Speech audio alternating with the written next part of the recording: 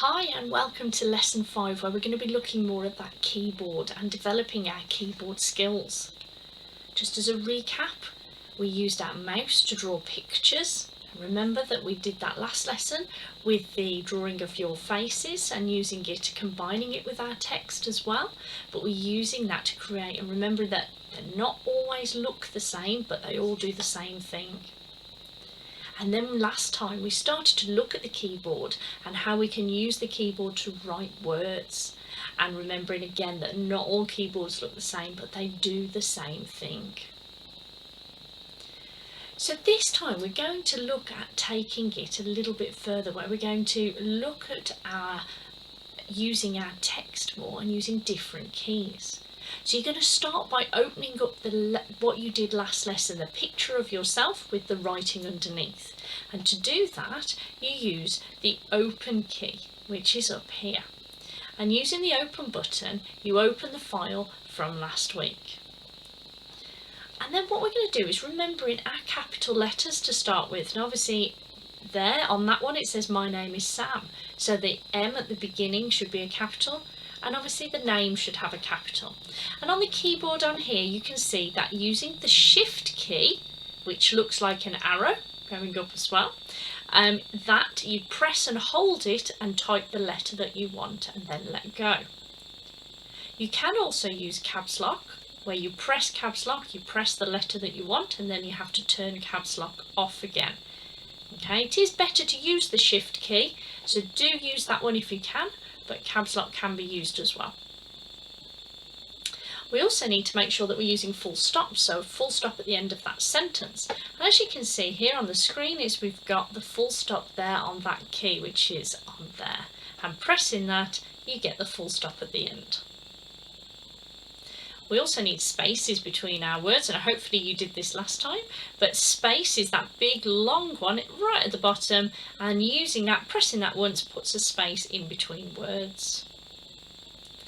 So to have a go at that is the next step, having a go at typing a sentence.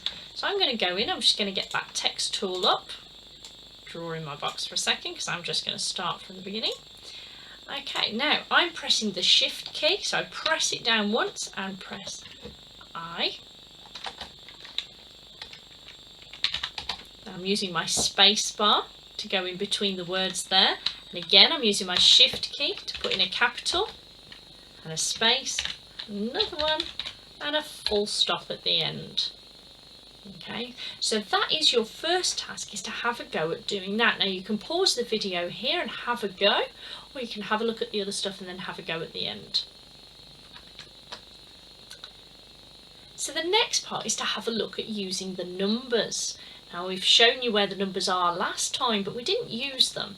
But can you put it into a sentence? So here we've got I am 5 years old with a full stop at the end, but using a number in between.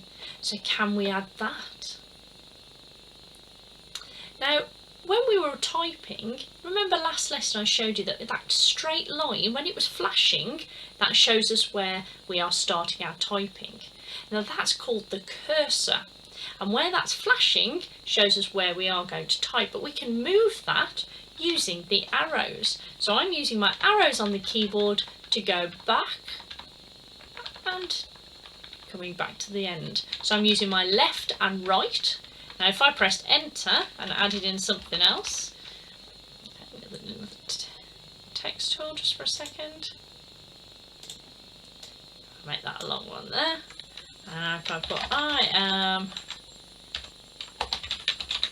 okay, so I'm using my up and down to go between those lines. So I can go use my arrows to move my cursor. Okay, so you can see here on the keyboard it's those arrows there that we're using. If I make a mistake, I can use the delete, which looks like an arrow and it's a going backwards. So we want to use that, take a letter out or take a section out. By using that, it deletes out what is there next to the cursor. Or we could use undo on the screen. So if I go back on here, up here, we've got the undo, and if I press that, takes out the last thing there as well. Okay, So I want you to have a go at using those keys. Now I have given you an activity on a worksheet as well so that you can use it to label up those keys that we're looking at, one to help you remember where they all are, and also so that you can label and name them. So have a go at writing your name. Have a go at writing with a number in it, and have a go at putting those capital letters and a full stop in. And don't forget to use those arrows to move your cursor, and if you make a mistake, use the delete. Have fun!